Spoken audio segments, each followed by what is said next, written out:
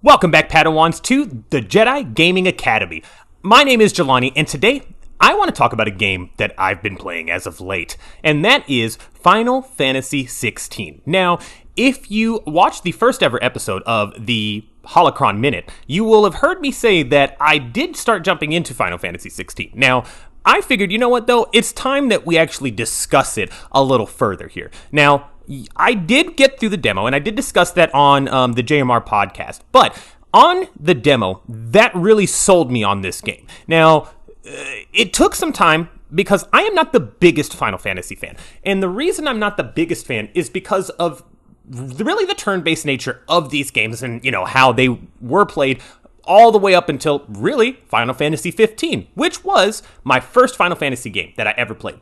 The reason why is because they did away with that turn-based gameplay, and they went more towards a, real-time combat. Now, it was a little different. It was kind of like the first step to real-time combat, because it didn't really feel like, your buttons were really going against, or like they actually were moving the character. It was more so like you had to hold buttons and the character would just do multiple different actions at the same time. You know what I mean? And that's kind of how you would get your combos across. Now, I did not get that deep into Final Fantasy 15 because I didn't really care for the slow, methodical nature of it. So I did kind of push that off to the wayside. However, I did get into Final Fantasy VII Remake, and I've got to say, same thing, similar nature.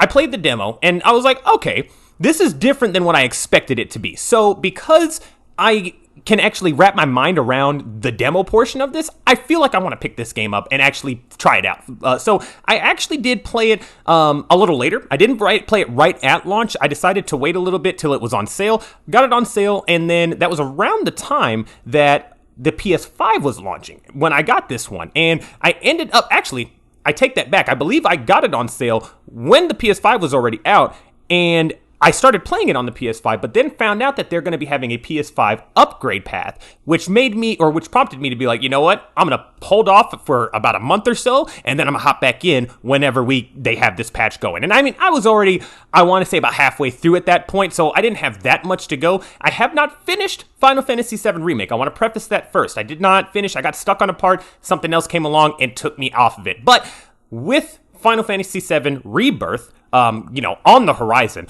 I know I've got to make it back to Remake, and I've got to get that finished because, again, Final Fantasy games, if you've played them before, you know the main thing about them is the story, right? The characters and the journey that you go on. And again, that's why a lot of people liked 15, because it felt like it was a road trip with your buddies, with your four pals, and you guys are just reminiscing on good times. That's what it kind of felt like. And again, it didn't feel like that for me, but I've heard a lot of sentiments towards that, from different Final Fantasy fans. But getting back to the Final Fantasy VII Remake, as we were talking about real-time combat, this is the first game that really did a good job of turning the combat of old, which was turn-based, to this, more action-oriented gameplay mechanic. And it really, really worked very good in Remake. And it's one of those things where you can tell this is kind of where the series will be going in the future. How good and how fluid this combat system was,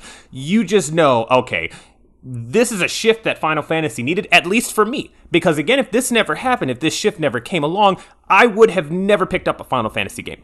I would never have gotten Final Fantasy XVI at launch if they did not put out two other games prior to Final Fantasy XVI, where they're testing out this real-time combat and having it transition more and more to an action-oriented game as opposed to turn-based. So now we finally get to Final Fantasy XVI, right? And obviously, like I said, played the demo, so I understood how at least the combat felt. And it felt real good. It felt real good. Even better than Final Fantasy VII Remake. So that is already the first thing. I'm like, okay, they've got that combat down, which I did not think was going to be an issue with them getting the, again, combat designer from Devil May Cry. Did not think we were going to have a problem there. But it really gave me more of a, giddy excitement that they're getting somebody who is known for, action-oriented combat, and they're getting him for their next Final Fantasy game.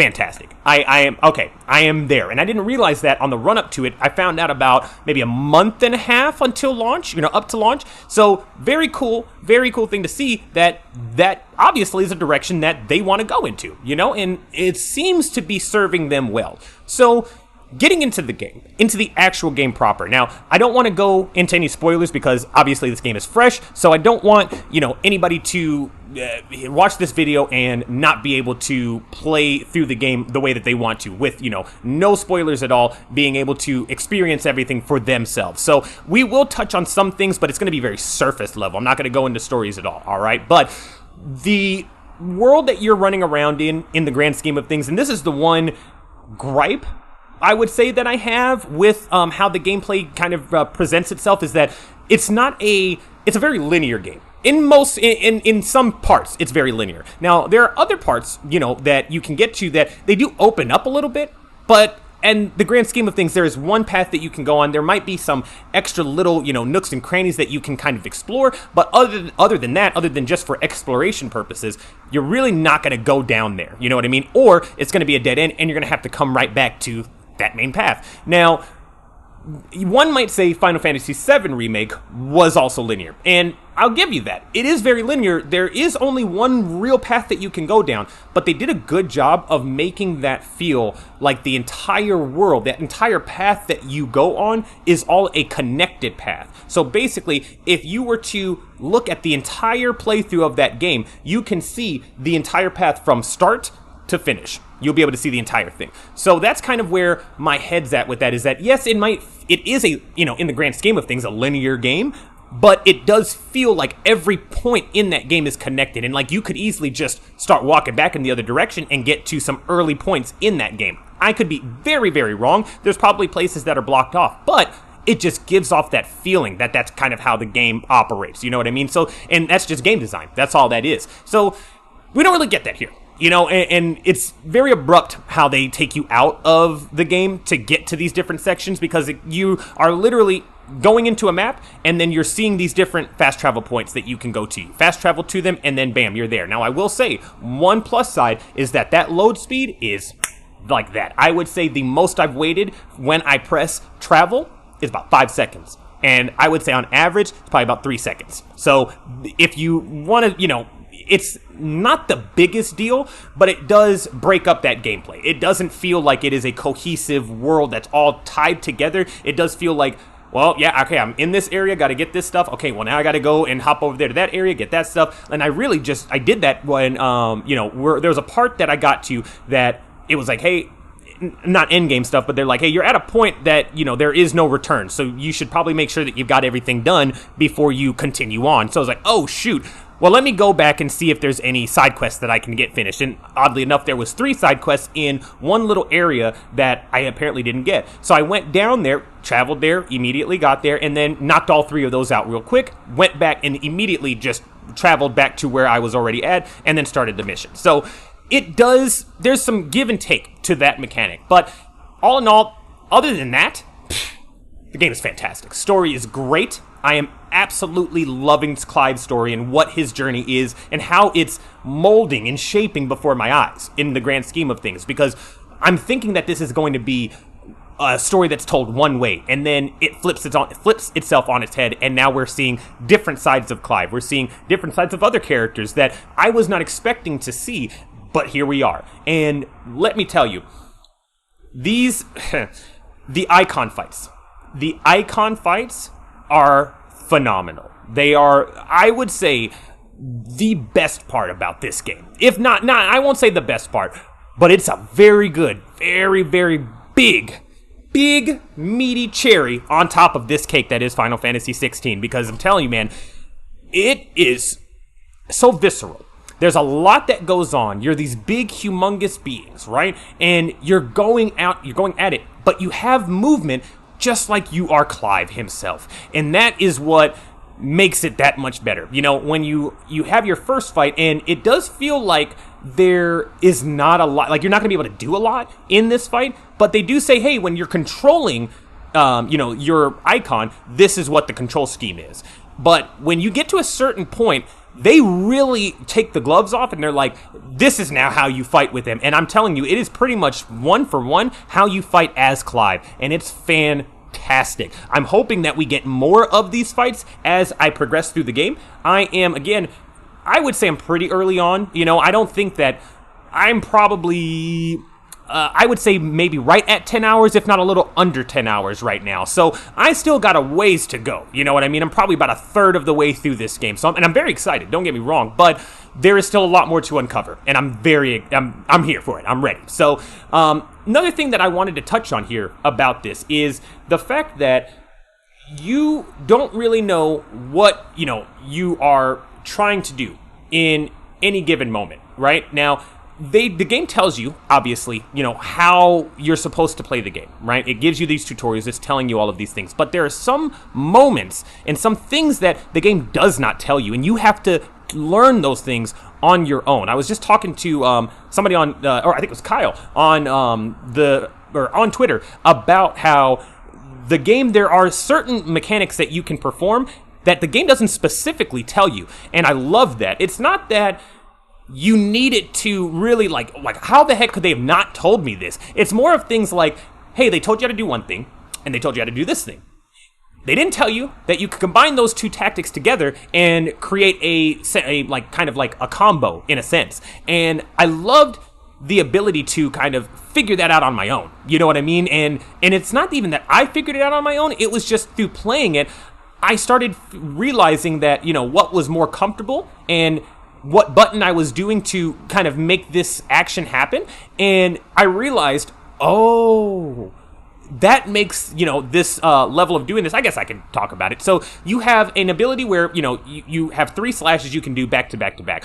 But then if you hold your attack button, you will embalm your blade with fire. So now you have a fire blade that will exert that much more damage on your enemy. However, if you hit your attack button 3 times and then hold right after that third one, it will use that 4th hit as that fire hit, and it just kind of goes seamlessly with that combo. Now, again, I don't feel like it's an actual combo itself, but it acts like it because of how quick the button prompts are. So you do that 1, 2, 3, hold, and because he's getting through that animation, as he's getting through that last animation for that 3rd hit, you're already holding it, he's charging up that blade for that last hit right there. So it just kind of, how the timing all works, it makes that into a 4-hit combo. And it's one of those things that I'm absolutely loving about it. And I want to say there's one other thing that is similar to that, but I can't explain it, because I don't remember. I'm pretty sure there's one other aspect of the combat that I found out that I'm like, and it might be something that I'm toying around with, that I'm trying to really lock in and figure out if I'm actually doing this or if it was just a fluke, you know what I mean? But this is one that I have reproduced and recreated, so I know that this is something that is pretty much your standard combo, 4-hit combo, but never was told to us before. So I love that they're putting stuff in there like that. But again, when we see them going back to where they're at now, in this more medieval setting, apparently this is where the best Final Fantasy stories are told, is during this setting, during that medieval setting. And I mean, again, I haven't played that many Final Fantasy games, but I've got to say, this is one of my favorite ones right now. You know what I mean? And I'm saying this kind of clear beats Final Fantasy VII Remake out of the water, because it's so good, from the story, from the combat. Again, the world is a little bit, but again, I can overlook that. I'm not too worried about having to bounce back and forth. And again, there's pros and cons to that. So I can take the pros, I can take the cons. I'm fine with it because the rest of the game is fantastic. Clive is a great character. All of the side quests that you can do. At the very beginning, I will say, side quests are a little bit of a slog. It does really feel like fetch quests. A lot of them do at the beginning, in that first chapter. But once you get out of that first area and you start to, venture into these other different, villages and stuff, and you start picking up those side quests, they don't feel like fetch quests anymore. They do feel more tangible, like there are some things that are going on here. And I like that aspect of it. I love the dialogue that happens in, between these different NPCs. They all feel very, very good, like authentic. And I'm saying authentic as in they feel real. You know what I mean? This it gets very, very good voiceover work, and that's even with just NPCs. So obviously Clive, the Ben Starr, I believe, is the voice actor for Clive. Fantastic job. But when we're seeing the NPCs have the same level of care with their characters, that makes me that much more happy, because it means that we're just getting a great game. And again, polished experience. I have had no issues at all with this game. And for 2023, for a game to launch with no issues like this has, that's pretty fantastic. And again, because we've seen a lot of, games launching kind of hot, and they should have used a few more, weeks, maybe months in the oven before they actually released. But this is one of the few that AAA, and it came in hot, and it came on fire, and it was a good kind of fire. Not the bad kind. The kind you want to put in your mouth, and you want to eat it. Because this game is good, and it's tasty. But anyway, that's pretty much all I have for you guys. This game, there is one more thing that I wanted to touch on, because I did test this out. I just wanted to see how fast this would be. From a cold boot, game was completely off. I actually quit the game myself, because usually I put my PS5 in rest mode so I could just, hop right back into it. But I turned it on, got to the thing, and I was like, you know what? Let's see how fast it loads. Went out, quit the game. From the time you press start, counted by Mississippis. 8 Mississippis. For all you laymen, or for all you layman's terms, that's what I was going to say. For all of you normal people who don't know what Mississippis are, those are 8 seconds. That's 8 seconds it took to load this game all the way in back where I was from a cold boot. That is fantastic. That is unheard of. I have it's not unheard of, but I have not seen load times that fast.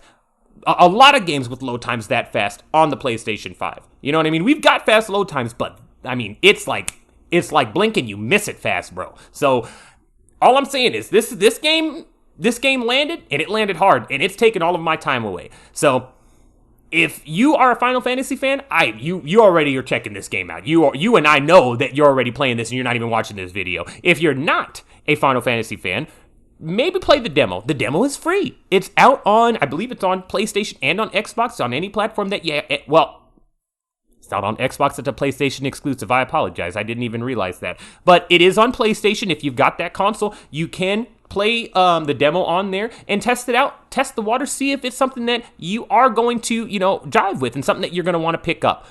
But guys, I think this is where I'm going to leave you.